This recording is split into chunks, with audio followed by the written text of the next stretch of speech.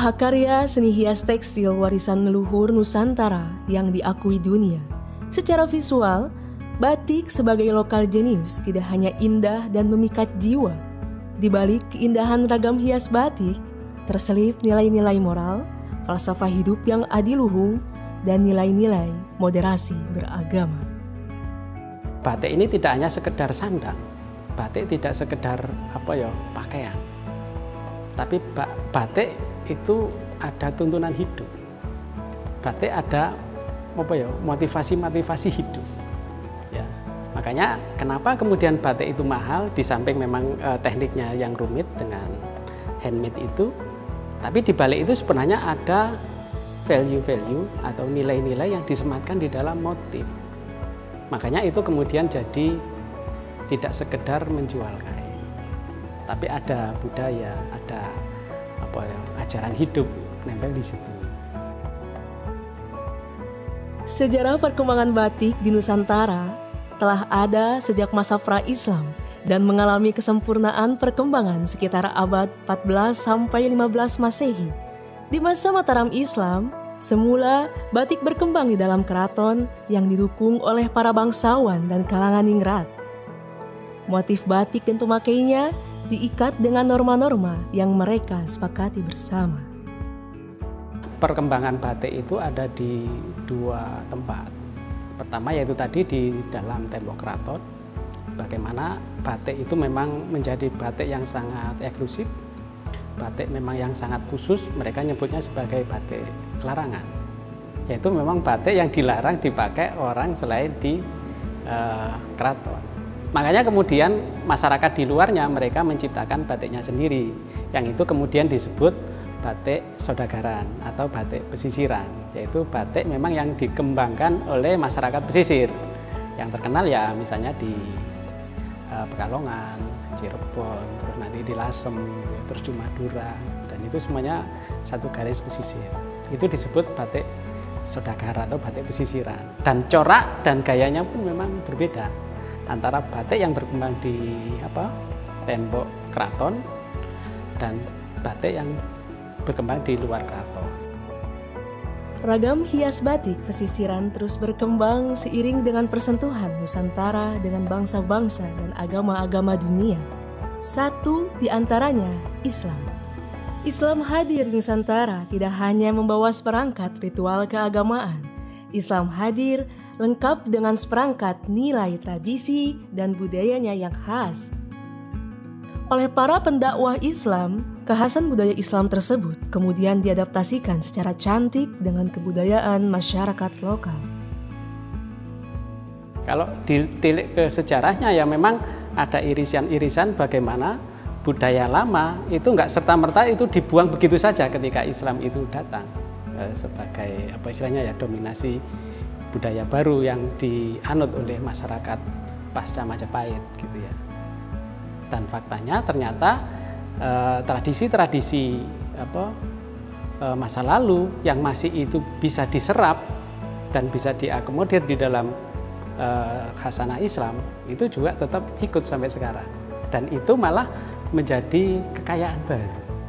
Jadi bertemunya budaya lama terus adanya budaya baru yang datang itu kemudian menjadi semacam kulturasi yang itu hidup selaras, bahkan menciptakan yaitu tadi gaya baru. Kehadiran Islam tidak serta-merta membuang ragam hias batik yang sudah ada. Secara visual, kesenian batik di masa Islam memiliki kesamaan struktur komposisi dengan batik di masa pra-Islam. Motif-motif batik tradisional seperti motif floral, geometris, ceplok, tambang, sekar jagad, hingga flora dan fauna tetap dijaga. Bahkan, Islam memperkaya ragam motif tersebut dengan motif arabes, yaitu hiasan dengan elemen berulang, perpaduan antara motif geometris dan flora yang terjalin satu dengan lainnya secara presisi dan matematis. Jalinan dekoratif yang mengekspresikan satu kesatuan tanpa keterputusan dan ketakterhinggaan atau ajaran tauhid. Islam itu memang secara visual atau bentuk itu ada aturan. Misalnya tidak boleh menggambar makhluk bernyawa misalnya atau makhluk hidup. Nah, di sini oleh tanda kutip seniman-seniman pada saat itu mencoba untuk dijadikan tantangan untuk membuat kreasi baru. Makanya kemudian muncul bentuk-bentuk stilasi. Kalau dilihat sepintas itu kayak tanaman, tumbuhan. Tapi kalau dilihat bentuk secara cermat ternyata itu membentuk burung, ayam, gajah, membentuk monyet apa gitu. Tergantung ide yang pengen disampaikan. Tapi dalam bentuk stilasi yang itu sangat samar sekali. Ya, di batik banyak sekali gitu ya.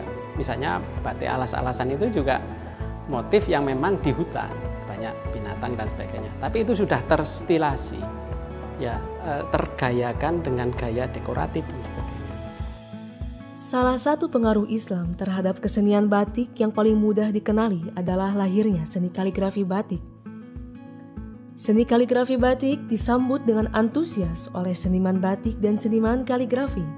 Mereka berkolaborasi membuat kreasi-kreasi baru hingga melahirkan khazanah kesenian batik kontemporer yang indah dan bernilai ekonomis tinggi.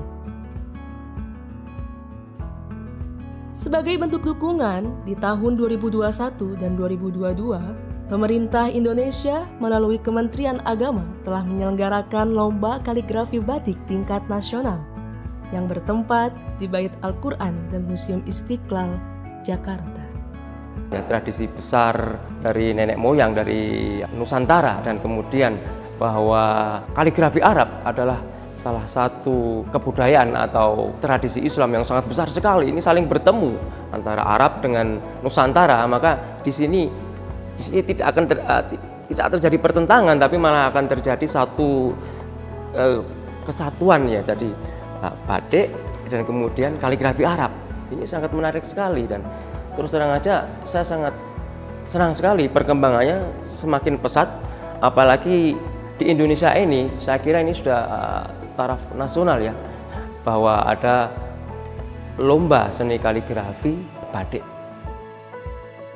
Teknis pembuatan kaligrafi batik tidak jauh berbeda dengan teknik pembuatan batik tradisional. Hanya saja, dalam prosesnya para seniman mengingatkan soal adab atau etika dan bahan-bahan yang digunakan. Semuanya harus sesuai ketentuan ajaran Islam, karena pada umumnya kaligrafi yang dituliskan berasal dari ayat-ayat Al-Quran. Satu hal yang memang harus dipegang oleh seniman kaligrafi, karena biasanya kaligrafi itu ya berupa ayat Al-Quran atau hadis. Nah, karena itu ayat, maka harus dijaga, ya, menjaga adabnya di dalam membatik. Ya, nggak bisa tentunya dengan tadi itu bilasnya diinjak atau apa gitu ya. Otomatis dengan bahannya pun juga gitu. Misalnya pada saat nguas ya sebisa mungkin ya jangan pakai kuas yang dari bulu babi itu misalnya gitu, biar terjaga tidak najis dan sebagainya. Terus nanti pada saat prosesnya ya jangan dikelimburkan di bawah untuk penghormatan dan sebagainya. Pokoknya dimuliakan ya, dijaga betul proses dari awal hingga akhir. Selain motif ragam hias dan kaligrafi, ajaran-ajaran Islam juga menginspirasi seniman batik kontemporer untuk turut serta menyuarakan nilai-nilai moralitas agama kepada generasi muda. Tentang tutur kata, tentang sopan santun, tentang etika. Nah, salah satu kita menyampaikan etika kan kita bisa lewat batik kontemporer kepada kaum-kaum sekarang ini. Karena norma-norma sekarang ini mungkin sekarang hampir kayak luntur sih Pak, tentang norma keagamaan, norma ini ada juga yang terlalu saklek. Nah, di batik kontemporer ini untuk memperhalus lah semua itu biar pesannya tersampai dan semua kalangan menerima. Batik kontemporer itu menurut saya itu pengembangan dari kreasi dari batik tradisional yang sudah ada, dengan tetap mengambil motif-motif batik yang tradisional, serta prosesnya itu juga masih tradisional, cuma warna-warna itu kita, bahasanya seniman batik itu dinakali gitu loh, keluar dari pakem, keluar dari jalur itu. Jadi itu memang dulu warna cuma sogan, biru. Nah, sekarang bisa warna-warni kayak pelangi, dan itu lebih bebas pengerjaannya, tapi tetap nggak keluar dari pakem batik proses-prosesnya. Kaligrafi batik adalah khazanah kebudayaan Nusantara yang lahir dari pertemuan dua kesenian besar, yaitu seni batik dari Nusantara dan seni kaligrafi dari Timur Tengah. Di balik keindahannya, ada pesan moderasi yang patut diteladani, bahwa dalam beragama bukan berarti anti terhadap kebudayaan dan tradisi lokal, sejauh tidak melanggar nilai-nilai pokok ajaran agama. Bahkan sebaliknya, agama bisa menjadi sumber inspirasi tumbuhnya kreativitas kesenian dan budaya lokal, termasuk kesenian batik tradisional. Demikianlah warisan ketauladan dari para pendakwah Islam di Nusantara. Sebagai generasi bangsa, sudah sepatutnya kita turut menjaga, melestarikan, dan mengembangkan seni kaligrafi batik.